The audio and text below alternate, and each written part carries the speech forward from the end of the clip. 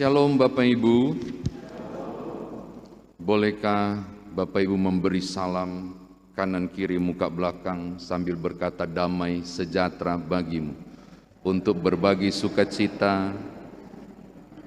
Suasananya beda kan? Karena gereja harus berbagi damai sejahtera.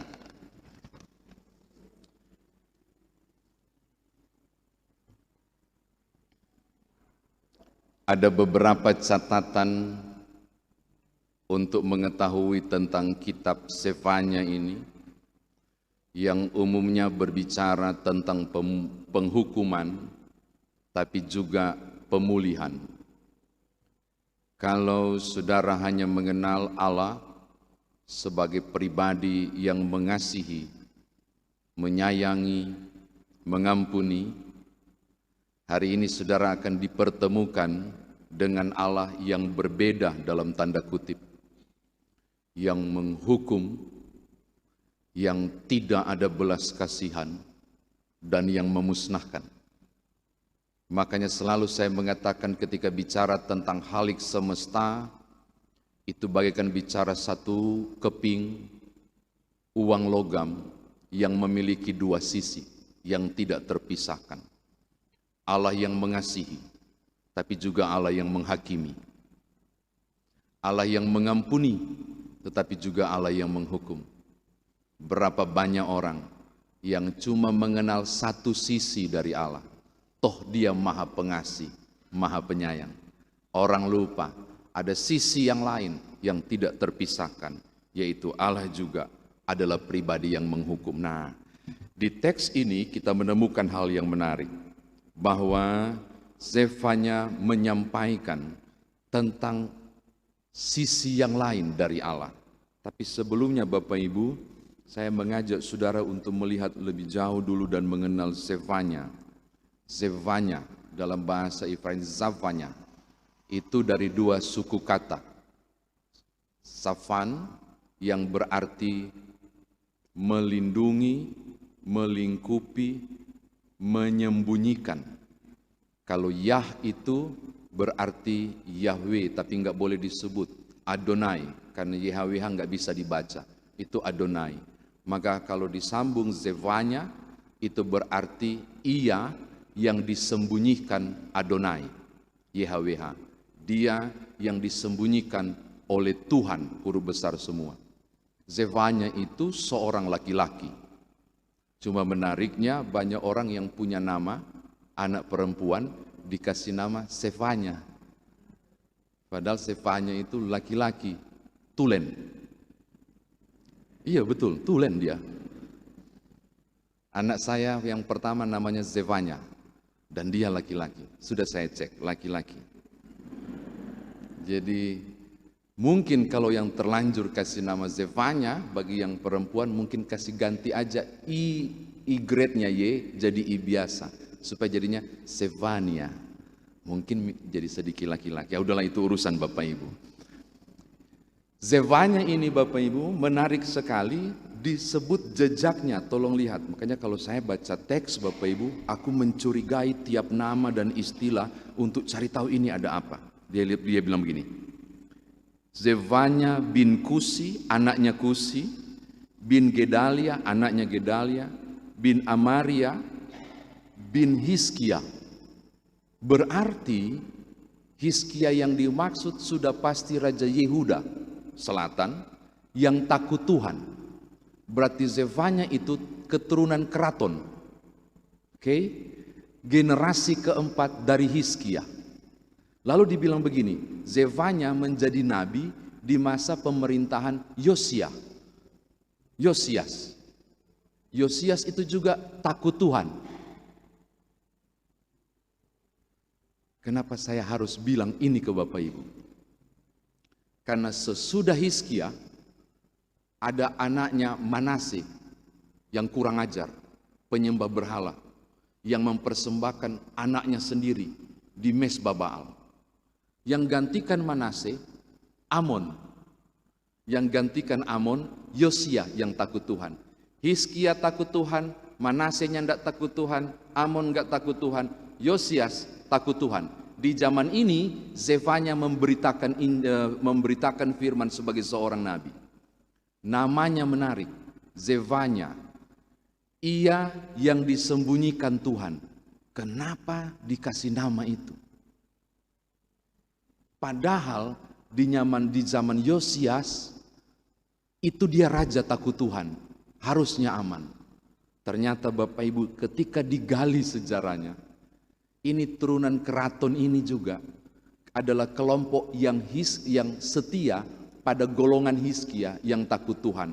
Maka Manase dan Amon menghabiskan seluruh turunan Hizkia yang takut Tuhan, termasuk Zefanya kecil. Lalu ada orang yang sembunyikan Zefanya dan selamatkan dia. Dan orang itu menamakan pribadi yang disembunyikan itu dan akhirnya selamat dengan nama Zefanya. Dia yang disembunyikan Tuhan. Makanya dia tidak jadi nabi di zaman Yosias, masih anak-anak, baru 15 tahun. Sementara Zefanya itu sudah sangat senior menjadi seorang nabi. Oke, kiranya Bapak Ibu tangkap, oh ini alurnya. Ini catatan saya yang pertama. Yang kedua Bapak Ibu, perlu juga dicurigai. Kenapa Tuhan murka kepada Yehuda di zaman seorang raja yang takut Tuhan? Bukankah Yosias itu takut Tuhan? Dan di sini catatan saya, Yosiaslah yang menemukan Taurat. Taurat itu udah dibuang Bapak Ibu. Taurat itu udah diabaikan. Mereka udah berhala semua. Tapi Yosiaslah, raja takut Tuhan inilah yang temukan kembali kitab itu dan dibacakan kepada umat. Bahkan dia melakukan pembaharuan spiritual. Itu kalau saudara baca ada di 2 Raja-Raja pasal 2, 2 Raja-Raja pasal 23. Yosias bikin gerakan reformasi spiritual. Kalau Yosias takut Tuhan dan membuat gerakan reformasi spiritual itu, pertanyaannya, kenapa Tuhan marah sekali? Kenapa sampai Tuhan bilang, ngeri loh Bapak Ibu. Itu ada di ayat yang ketiga, aku akan menyapu manusia dan hewan. Ya ampun. Ayat 2, aku akan menyapu bersih. Apa yang terjadi sampai Tuhan begitu murka? Saudara tahu, ternyata yang kembali setia kepada Allah cuma pucuk pimpinan kerajaan, yaitu Yosias. Yang lain itu sebagian besar masih menyembah Baal. Mereka mengaku setia kepada Elohim Adonai. Mereka menyembah dan takut pada hukum Musa. Tolong lihat ayat yang ke-6. Tapi mereka juga di saat yang sama masih menyembah berhala. Mereka kelihatan rohani, mengalami reformasi spiritual, kelihatan sangat takut Tuhan. Tapi kenyataannya dalam kehidupan agama mereka, di sisi lain ada Baal. Jadi sambil menyembah Allah, di saat yang sama mereka juga menyembah berhala.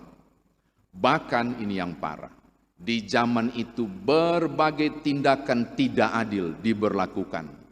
Orang kaya menindas yang miskin.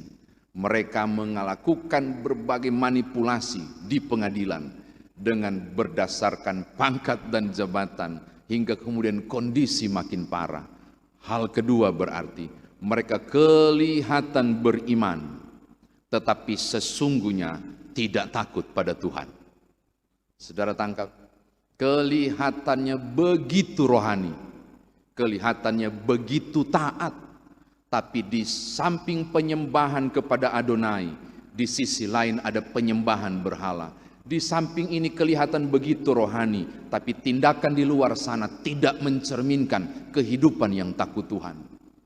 Munafik dan Tuhan murka. Murka sampai berkata, aku akan menyapu bersih segala-galanya dari atas muka bumi. Bumi yang dimaksud adalah di kerajaan Yehuda.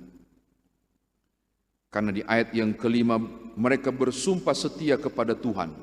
Tapi di sampingnya ada dewa Milkon, ada penyembah dewa matahari, tentara-tentara langit maksudnya. Jadi kehidupan rohani mereka belum benar-benar tertuju kepada Allah. Ini catatan saya yang kedua. Yang ketiga, Bapak Ibu, dengan demikian kita menyimpulkan satu hal yang penting. Konsistensi iman Tuhan tuntut. Jika tidak, maka Tuhan murka. Ketika engkau mengaku percaya kepada Allah, tapi kenyataannya engkau tidak setia. Ketika engkau mengerti kehendak Allah, tapi tidak mengerjakannya, dia bilang begitu di kitab Sefanya, aku akan memusnahkan segala yang hidup. Hal ketiga mau bicara apa Bapak Ibu? Konsistensi iman. Siapapun yang mengaku percaya kepada Elohim Adonai, perjanjian lama ya, maka jangan sampai ada Allah lain. Kedua, perbuatan iman harus nampak dari keyakinan iman. Saya kira demikian firman Tuhan ditafsirkan bagi kita. Nah sekarang bagaimana saudara dan saya membawa firman Tuhan ini dalam kehidupan beriman kita? Tadi saya bilang di awal, ada dua sisi orang harus mengenal Allah. Allah yang pengasih dan penyayang, panjang sabar, berlimpah kasih setia. Tapi orang juga harus mengenal sisi yang lain. Allah yang cemburu, Allah yang menghukum, Allah yang memusnahkan. Hari ini aplikasi pertama saya mau paparkan kepada saudara tentang sisi yang lain dari Allah. Kalau Bapak Ibu mendengar Maha Pengasih, Maha Penyayang, Bapak Ibu tidak boleh menyebut Maha Sabar. Yang benar adalah panjang sabar. Kalau Maha Sabar berarti sabarnya nyanda habis. Tidak ada tandingnya. Kalau Maha Kuasa, kuasanya tidak akan berkurang, tidak ada tandingnya. Tapi Alkitab dengan menarik memberi definisi tentang kesabaran Allah, itu bukan Maha Sabar loh. Dibilang panjang sabar. Apa maksudnya? Sepanjang-panjangnya sabar, ada batasnya. Kalau Maha itu tak tertandingi, tapi dibilang panjang sabar doang, maka sepanjang apapun kesabaran Allah, akan ada tiba masa dan ketika dia berhenti sabar. Saya mau katakan kepada saudara, supaya engkau tidak terlena pada Maha Pengasih, Maha Pengampun, engkau harus melihat satu sisi yang lain, bahwa ada batas kesabaran Allah. Ada batas Tuhan berhenti sabar, dan ada batas Ia mengacungkan tangan untuk menghukum. Ini harus disampaikan supaya orang Kristen paham, ketaatan itu mutlak. Masih ada waktu Kak, masih ada waktu Kak. Kan Tuhan itu baik sekali. Maha Pengasih, Maha Penyayang. Dia lupa ada momen di mana Tuhan berhenti sabar dan menyapu bersih Yehuda. Saudara tahu, hancur. Hancur Yerusalem Selatan ini. Ketika kemudian Babel masuk. Tidak ada sisa. Runtuh tembok Yeriko. Tinggal asap, itu bait Allah. Tinggal asap dan puing-puing. Digiring mereka dibuang. Saudara lihat, ada batas kesabaran Allah. Saya mau katakan hal ini, berhati-hati Bapak Ibu. Jika ada orang yang berkata, masih ada waktu, hati-hati. Hari Minggu, masih ada kuat. For mengaku dosa tuh. Jadi tidak apa-apa, Senin sampai Sabtu. Kalau hari Minggu mengaku dosa, jadi kudus, tidak apa-apa, Senin sampai Sabtu kudis. Toh yang penting hari Minggu ada pengakuan dosa, baru ada berita anugerah. Syukur-syukur ngana bangun hari Sabtu. Kong tidur terus ndak bangun hari Minggu. Tampias. Itu saya mau katakan. Ada saat di mana waktu pemberian kesempatan tertutup. Maka selagi masih ada waktu, berhentilah berbuat dosa. Sayang sekali. Yehuda sangat Tuhan sayang. Waktu Asyur mengepung Yehuda, utara sudah hancur, selatan masih dijaga oleh Tuhan. Di zaman Hizkia, kepala batu Bapak Ibu, kepala batu. Akhirnya mereka hancur total juga. Itu hal yang pertama untuk saudara bawa pulang. Yang kedua Bapak Ibu, teganian di ayat 2 dan 3. Cuma karena menyembah berhala, toh kan masih setia kepada Allah, walaupun nengok-nengok sedikit kepada berhala. Tega sekali Tuhan, tolong lihat ayat 2 dan 3, sampai dihancurkan begitu loh. Kalau saudara baca Keluaran 20, saudara akan mengerti dan mengangguk, betul ya. Aku adalah Allah yang cemburu, yang membalas kecemburuan itu dari keturunan kedua sampai ketiga. Coba bayangkan. Keempat enggak? Sampai keempat. Cemburunya Tuhan sampai begitu. Mengapa? Karena aku mengasihimu. Harusnya aku yang engkau kasihi. Tapi kenapa engkau mendua? Tuhan cemburu. Dan kalau cemburu itu terbakar menjadi amarah, totalitas. Kalau begitu tidak ada kasih lagi kah? Tolong buka Wahyu 3:19. Karena banyak orang salah paham. Penghukuman itu cara Tuhan membenci. Tidak ada kasih lagi. Tuhan menghukum itu berarti Tuhan tidak mengasihi umatnya. Dorang pulang dari pembuangan 70 tahun kesian. Tuhan sayang ulang. Wahyu 3:19. Supaya saudara mengerti. Wahyu 3:19.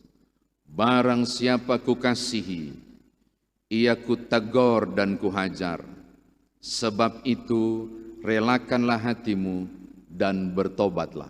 Saudara tangkap. Ternyata versi kasih Allah bukan cuma elus-elus lembut.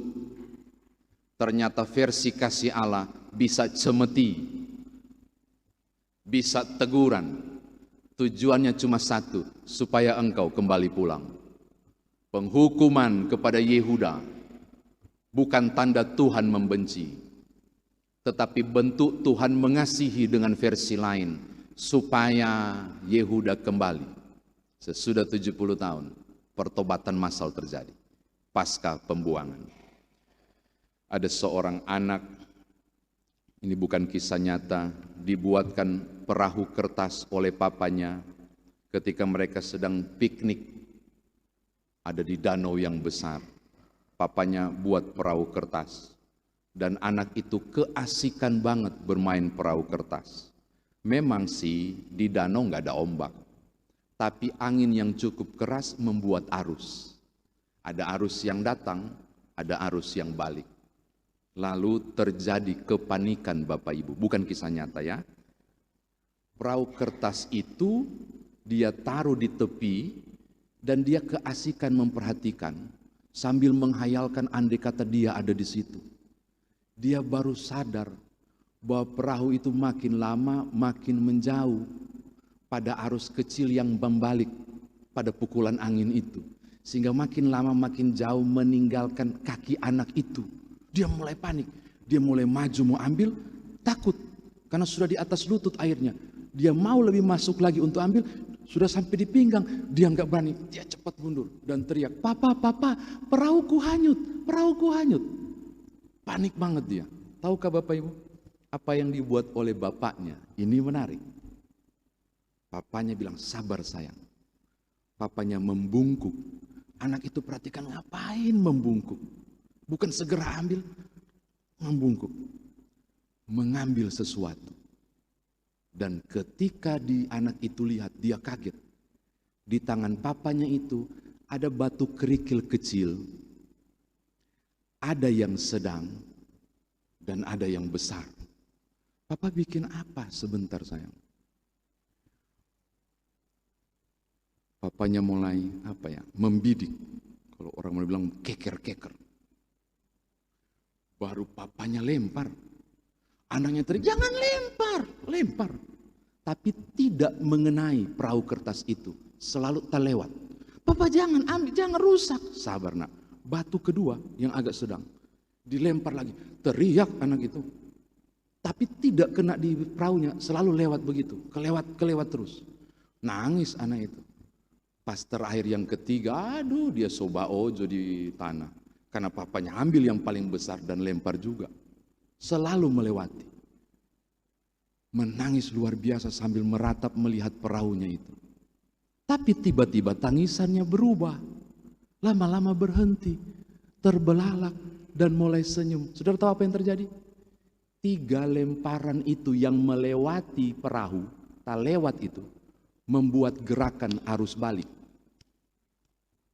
Dari 3 lemparan itu, perlahan namun pasti, perahu itu tiba-tiba mendekat dan berhenti di kaki anaknya. Kadangkala engkau harus melihat penghukuman, cambukan, dan teguran bukan tanda Tuhan membenci. Untuk mengantar orang-orang yang Dia kasihi kembali ke kaki putranya untuk hidup dalam pertobatan yang sungguh. Kadangkala cemeti harus Tuhan beri supaya aku dan saudara pun mengenal kasih, yaitu didikan seorang bapak kepada anaknya. Sisi kedua dari Allah ini harus saudara kenal. Teguran sekalipun, berita penghukuman di Sefanya, tidak berarti Tuhan membenci pribadi yang Ia kasihi. Acap kali adalah cara menarik untuk membuat seorang mengalami pertobatan. Saya mau tutup. Jadi daripada dapat lempar batu, lebih baik bertobat duluan. Daripada harus dicemeti dan dicambuk, Wahyu 3:19. Kenapa tidak berubah duluan? Jangan belajar dari Yehuda yang angku dan ponga dan dihancurkan. Tuhan mengasihi saudara, tapi ada banyak cara Tuhan mengasihi saudara. Kiranya engkau dan aku tetap setia dan hidup dalam ketaatan, agar di matanya kita didapati hidup dalam kebenaran. Tuhan berkati Bapak Ibu. Haleluya. Amin.